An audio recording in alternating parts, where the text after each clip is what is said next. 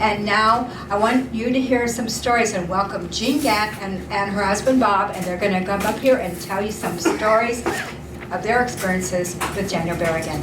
Please welcome them.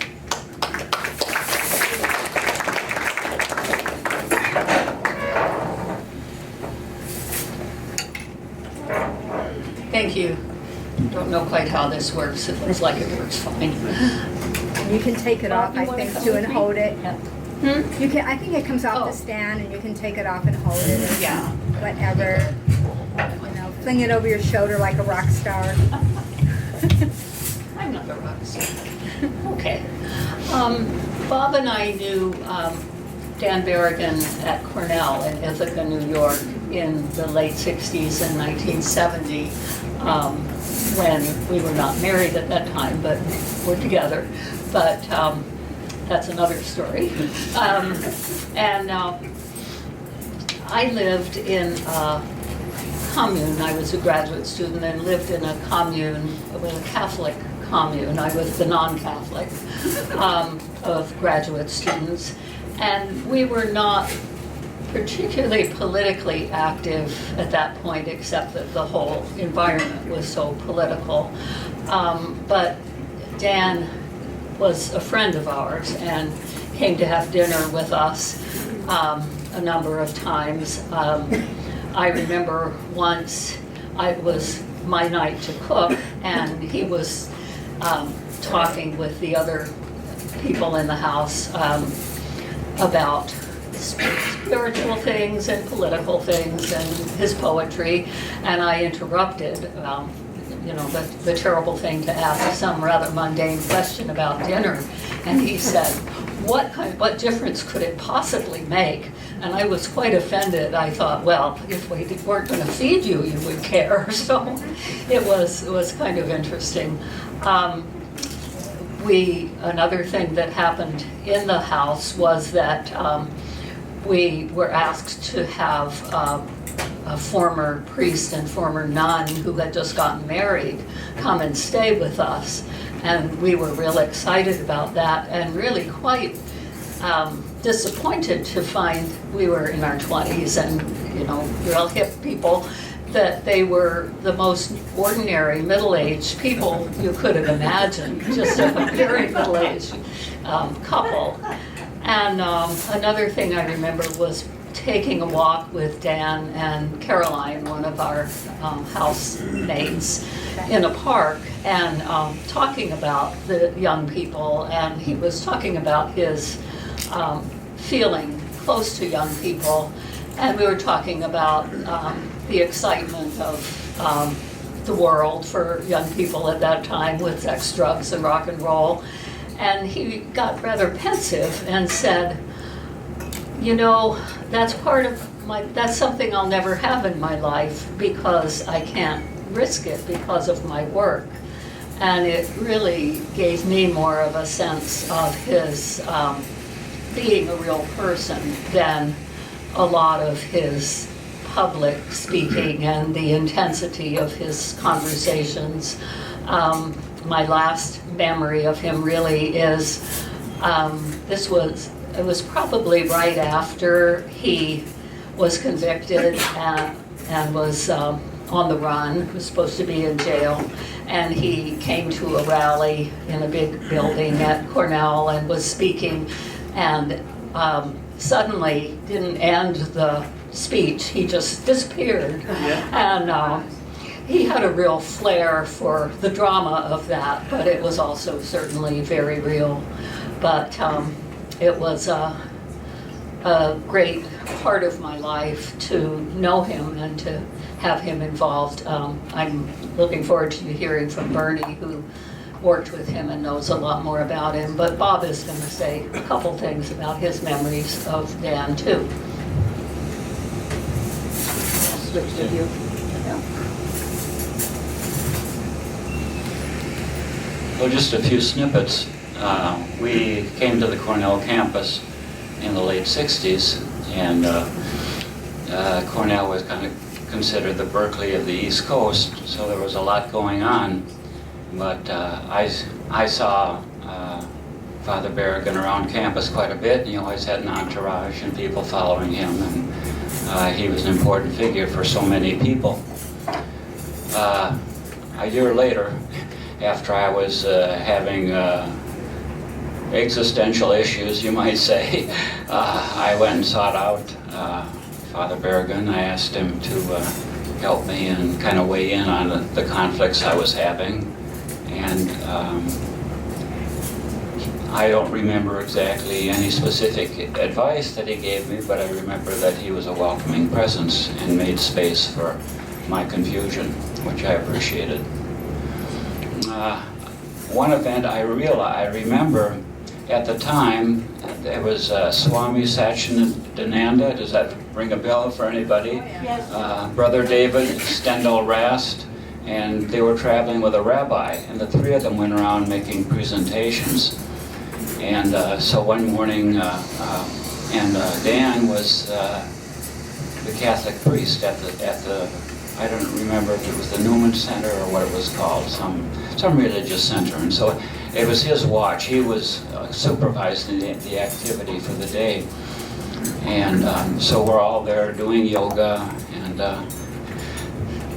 reaching those esoteric heights, spiritual heights. And at the break, Dan says, okay, we're here early Saturday morning doing our spiritual thing. And let's just remember that on the other side of the world, people are dying, that people are being killed, that a war is going on. So he wanted us to remember that along with the wonderful things that we're doing, that that wasn't the complete picture. So that was an important thing to say, and a courageous thing to say, I think. I was I think it was Dan Berry was the prison he was at. I was at that prison when he got out that day, and there was a lot of people there welcoming him as he came out.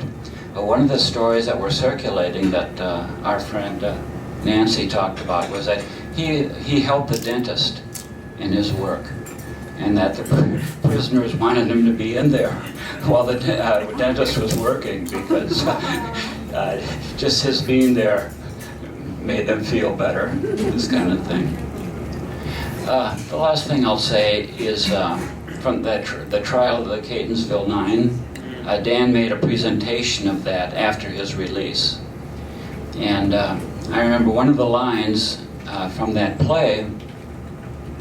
The judge is sentencing them, and he prefaces his sentence with saying, basically, I agree with you, but, and Dan stops him and said, in order not to dilute the significance of what we're doing here today, let it be clear, you do not agree with us. Yeah. So. All right, thank you. And now for a brief story about Daniel Berrigan actually visiting Olympia. Here, we're going to hear that, and then we're going to hear from Bernie. I'm Don Foran, and I know a number of you. I'm happy to be here. The first time I got to know Dan Berrigan was when I was a young Jesuit at Berkeley, and he came to stay with my friend Jim Stickney and I in our apartment for several days and spoke at JSTV. Did a tremendous job, and later wrote some funny notes back to us about how he had dreams or maybe even nightmares from Jim's Aunt Matilda's pillowcase, that he had a wicked sense of humor, and he continued to play that chord a little bit with us for the next 6 months or so. I have those notes in a safe deposit box in Olympia. The next time I got in touch with Dan, apart from with letters, was at around 1984. Maggie, my wife, and I had Dan over for dinner here in Olympia.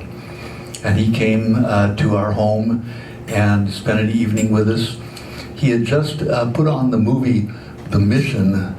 He was the advisor for the movie The Mission, and he was in the movie The Mission. I highly recommend it to you. It's Joffrey's movie. It's a fantastic film. And the mission, he had been the advisor to Jeremy Irons, who was playing the nonviolent activist within the context of the movie. Wonderful film.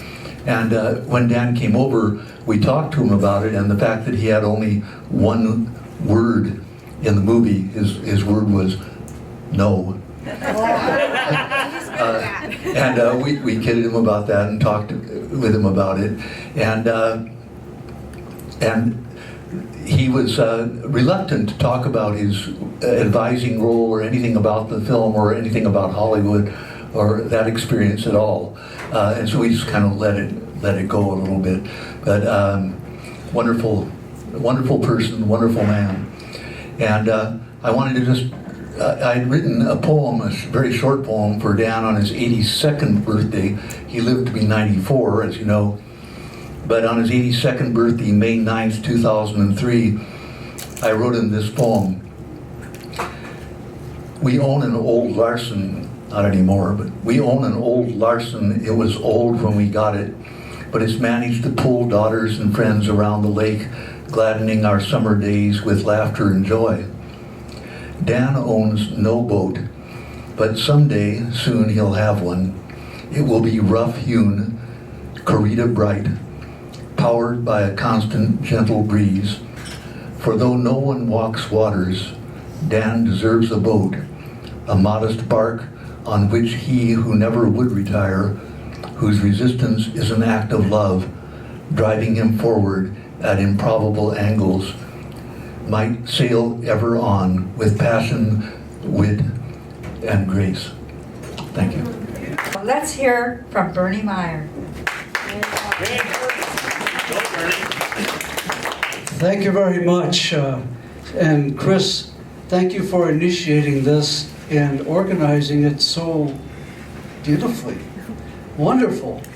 And I also want to thank FOR and Olympia Movement for Justice and Peace for co-sponsoring this.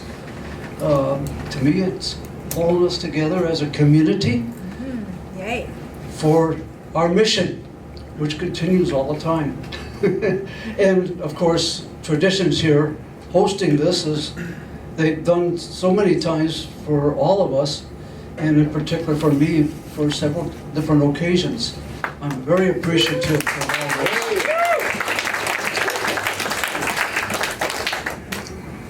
Dan's message: know where you stand and stand there. That's his message to all of us. And his life was where he stood, right up to his death. It's like Gandhi. Gandhi said, "My life is my message." Dan's life was his message, where he stood. And Jesus, who some of us emulate, I am the way, the truth, and the life, in the words of John, the gospel writer and apostle.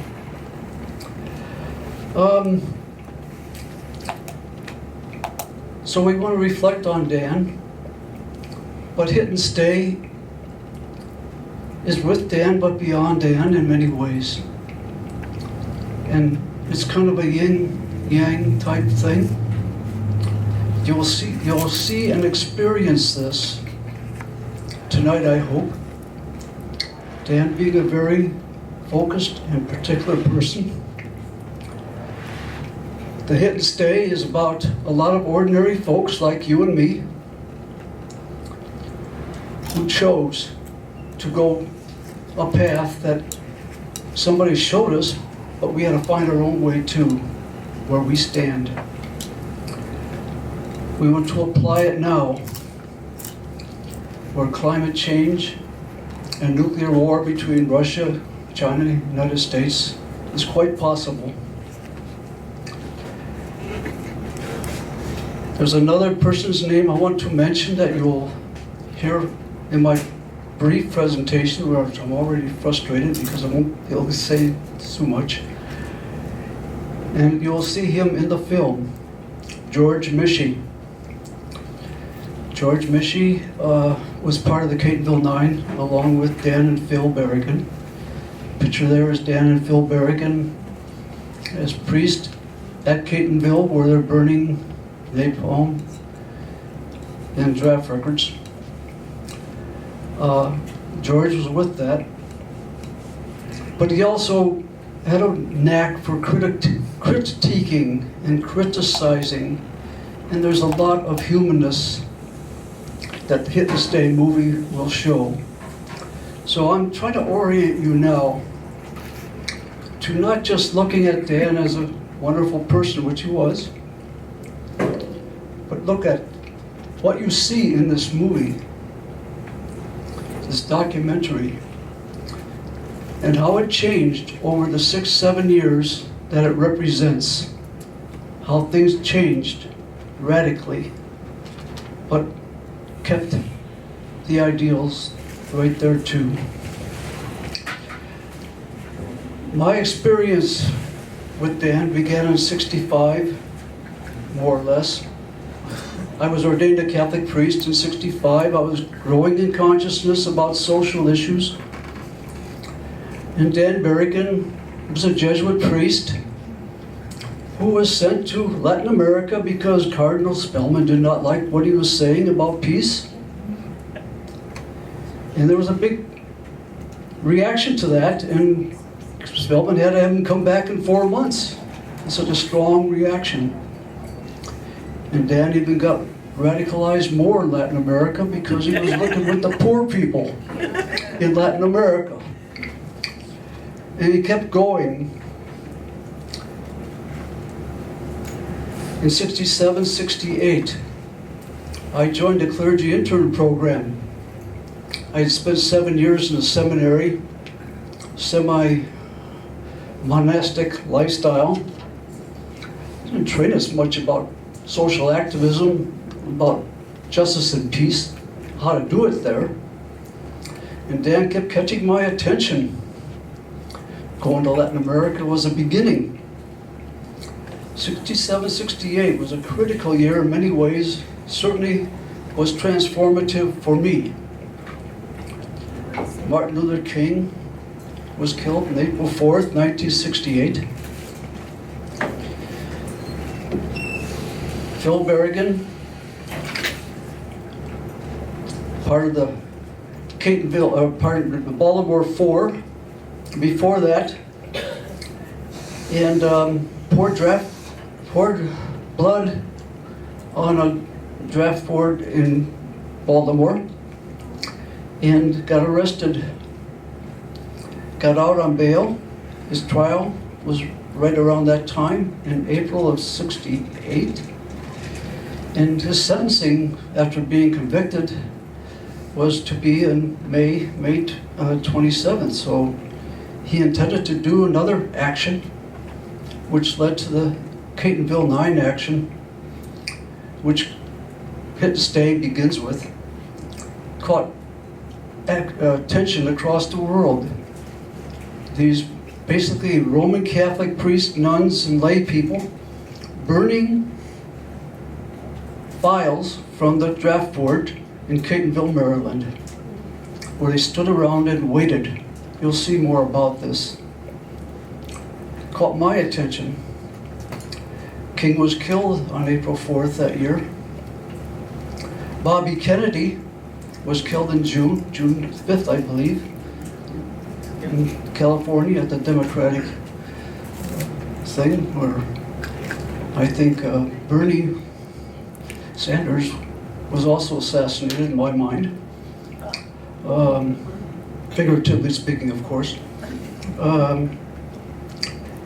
I had finished the clergy intern program in June that year, and the bishop didn't have a place for me to go. I wasn't in his graces too much. He was concerned about me. I started the Cleveland Catholic Peace Movement and done some other stuff, called on the carpet for it. But I was exhausted for the year's program. I had worked on racism in the schools Catholic schools and public schools, written my monograph on that, Love and Hate, Urban American Style, Racism, United States. So I took off, and I looked up Dan Berrigan, because the Catonsville Action had just happened in May 17th that year. What's this all about? What does it say to me? I want to be a part of the peace movement. What can I learn from this? So I looked up in Ithaca, New York, the school Cornell University is. We grew pretty quickly. I was Jesuit educated too. I'm from Cleveland, by the way. And Dan invited me to New England with him right away. He was going there a little bit of tour visiting people, so I tagged along with him, met people and talked with them about peacemaking. They were interviewing Dan, writing books about him and things like that already. Well, lo and behold, next 4 or 5 months, once a month, I ended up being with Dan. Next place was Pueblo, Colorado in July. There was a conference there, and Dan Berrigan was there. Bishop Budwell, Bishop of Pueblo. Bernard Herring, one of the great moral theologians of the past century. The Pope had just issued the encyclical on birth control, some marriage, but birth control was a big part of that. And we ended up doing a petition to Rome to get him to change that whole thing. So I'm getting closer to Dan during this period, through and with these other people also. And he invites me next to Milwaukee, where he's going to speak on justice, peace work to nuns. So I met him in Milwaukee, stayed at the Catholic Worker House there, Casa Maria. I was getting deeper into it with people. And then he invites me to a retreat in New Jersey for peacemaking. Oh, okay, I want to go to that. It was in September, right after Labor Day. Driving past Cleveland on the Ohio Turnpike, called my mom and dad to let them know what's happening, and they were very concerned. The bishop wants to see you. Through. I said, you'll have to wait. Tell him I'm going on retreat. I go on retreat. Over 100 people were there. All stripes of the peace movement were there. And Catholics were part of that, but not the only part. And Dan Berrigan had a wonderful meditation on the book of the Apocalypse. Wonderful. I wish I could share a line or two with you on that. By that time, I was ready to do a draft board action or some action of that nature. And an action did emerge out of that retreat. Some of the people ended up being part of the Milwaukee 14, which took part in November. Getting a little bit ahead of my story here. But it was a great experience. And there I met George Mischie, who was part of the Catonsville 9. And who's his wife but Helene? Lived a block away from where I lived in Cleveland growing up. We looked at each other, and both of us were totally surprised to see each other there. And we became friends once again. She was in my first sister's class in grade school. The next experience, though, was they turned the lights off. That's good. Let me take my hat off now. Oh no, the lights are back on. Sorry about the hat, but I gotta see. The next experience was the trial of the Catonsville 9 in Baltimore. That was one huge experience. Every day there were actions, not draft board actions, but gatherings, processions, meetings every night. I could not get into the trial because there were so many people there. Not once did I get inside. But it didn't seem to matter. And Dan and I would talk at noon, and one time he asked me to say some words to the group. I said, okay, I'll do that, but I wasn't quite prepared. Anyway, the trial was amazing for 5 days. And it had people from all over, and a lot of people from the Jesuit universities and places like that. And the trial of the Catonsville Nine, as Don mentioned, is a play that Dan Berrigan wrote a few years later. And he takes all the words of the play from the transcripts of the trial. And I just want to mention a few words out of this to give you a flavor. Dan was a poet. He had a great ability with words. Tremendous. If people have said if he hadn't gotten involved in these kinds of political actions, he would be recognized as one of the great poets. But he got involved. And so in his introduction, he says, "It was not, however, a matter merely of a record. It was a matter of life and death." The work had but one purpose, therefore, to wind the spring tighter. He spoke of the Catonsville Nine giving their testimony of being wound like tight springs. And the whole thing was to wind the spring tighter. That's Dan Berrigan. And Phil, his brother, or cohorts, Phil was very blunt and direct about it. Dan was more poetic and lower keyed, but both powerful, challenging messages.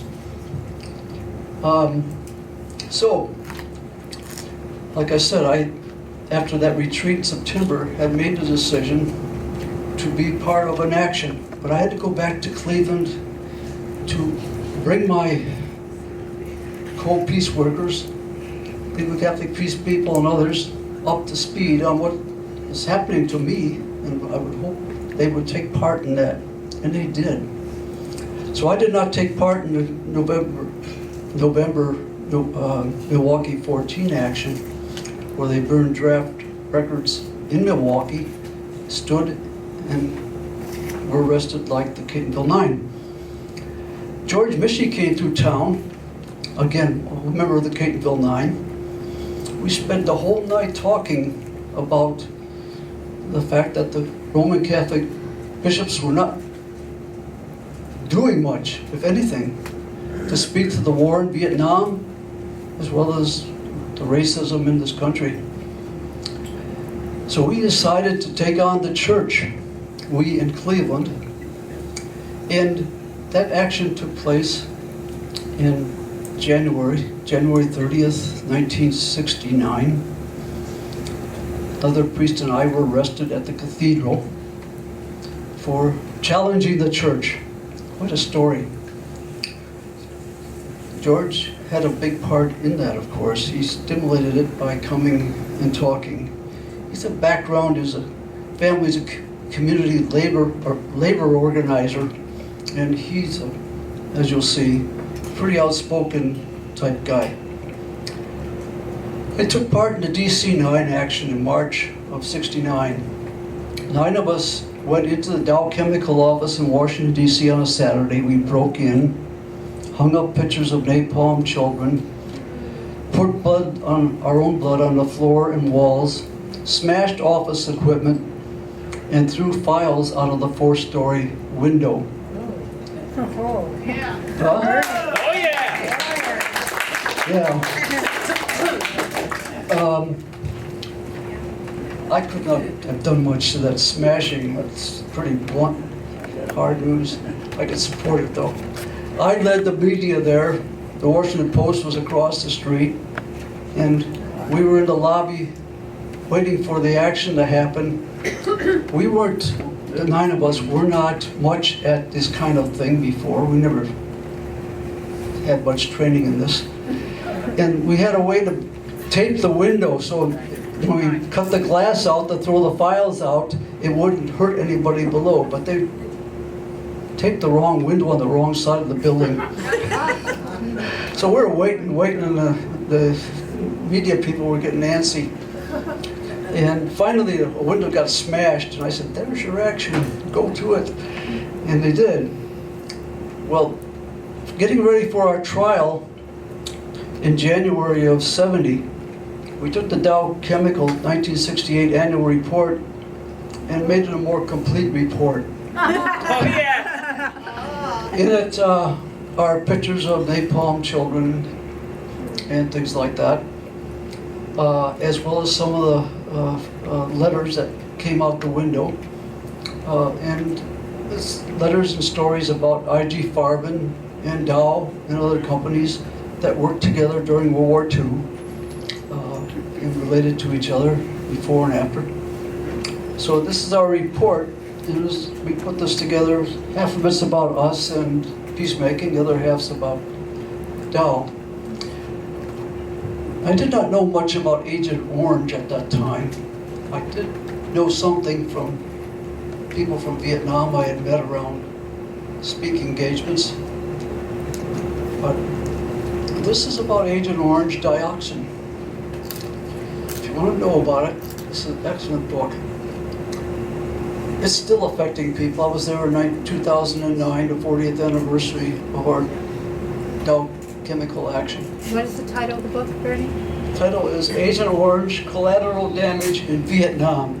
Thank you. And it's daunting because of the effects on people, not just the Vietnamese, but U.S. troops, Korean troops, Australian troops, others that were fighting. They were educated about Agent Orange, and they were taking the barrels that the Agent Orange was in and putting water after they were empty into it and taking showers from the stuff. No. They were also using it to spray around the bases to get the foliage down. Didn't know about it. And then after the war was over and the effects of that were affecting them and their families and their children, it took years to get the Veterans Administration and the government to help them medically deal with that. So it's quite a story that goes on and on and on, generation after generation. Chris, I'm getting carried away here, All but right. I'm still on script. Okay. Okay. So what's next? So Oh. did you go to jail for that, Bernie? That's where I'm coming next. All right. Yeah. And Dan comes back into the picture here. Okay. May 4th, 1970, I lived in Cleveland, and that's when, May 4th, Kent State students were killed. 4 of them were killed and 13 injured by the National Guard called in. Many of those students were not even involved in a protest. They were walking between classes. I was there. It was you had to be on campus because that was the major test week for your finals, and you had to be there. The president of the university said to be there, even though the university was surrounded by barbed wire, tanks. There were guards in the classrooms with fixed bayonets. It was a pretty atrocious time. And at noon was for people to gather illegally, because more than 5 people, even if you were just doing laundry, I had friends arrested for doing their laundry together, you were considered a riot. So we came together at noon basically to ask, why are you here and when are you leaving? And that's when the massacre occurred. And I will tell more another time. It's quite a story, and it goes on and on. It took them 40 years before the university decided to, instead of trying to push it away, to acknowledge it through a museum and through displays and things like that. And I'll just say I was part of the Eyewitness Massacre Committee, but there was a gag order. It was illegal for us to talk about it for years. We did still do it, but it was illegal. Places I went, tried to go to Canada, they wanted $5,000 down bail before I walked into Canada, just in case I said something. See? It's all related, isn't it? Anyway, that was May 4th. May 6th in Washington, D.C. was the DC 9 sentencing. I had a very hard time going to that sentencing. I wanted to go to the state capitol and do something dramatic to protest the killing at Kent State. But I had gotten married 2 weeks before, and I didn't think that was a good way to start the marriage. I was bad enough going to prison, which I did on May 6th. I was sentenced and sent right to prison. I spent time. I was given somewhat of a jolt because the Catonsville 9 were sentenced and supposed to appear to jail about the same time. I don't know the exact date. It was very close to May 6th. But some of them did not show up, including Dan Berrigan. They went underground. Mary Moyland, who never did get caught, was part of it. And then George Mischie, he was caught about a month later in Chicago. And Dan kept appearing all over the country, including Cornell, but he would disappear before they could arrest him. And finally, as the film will show, he was caught in Block Island with William Stringfellow. So I thought, boy, that's neat. Go underground. I don't think I would have done it because of my marriage, but I would have liked to have done that now. Anyway, Dan's a poet. It'd be nice to read some of his poetry, but I don't think we have time.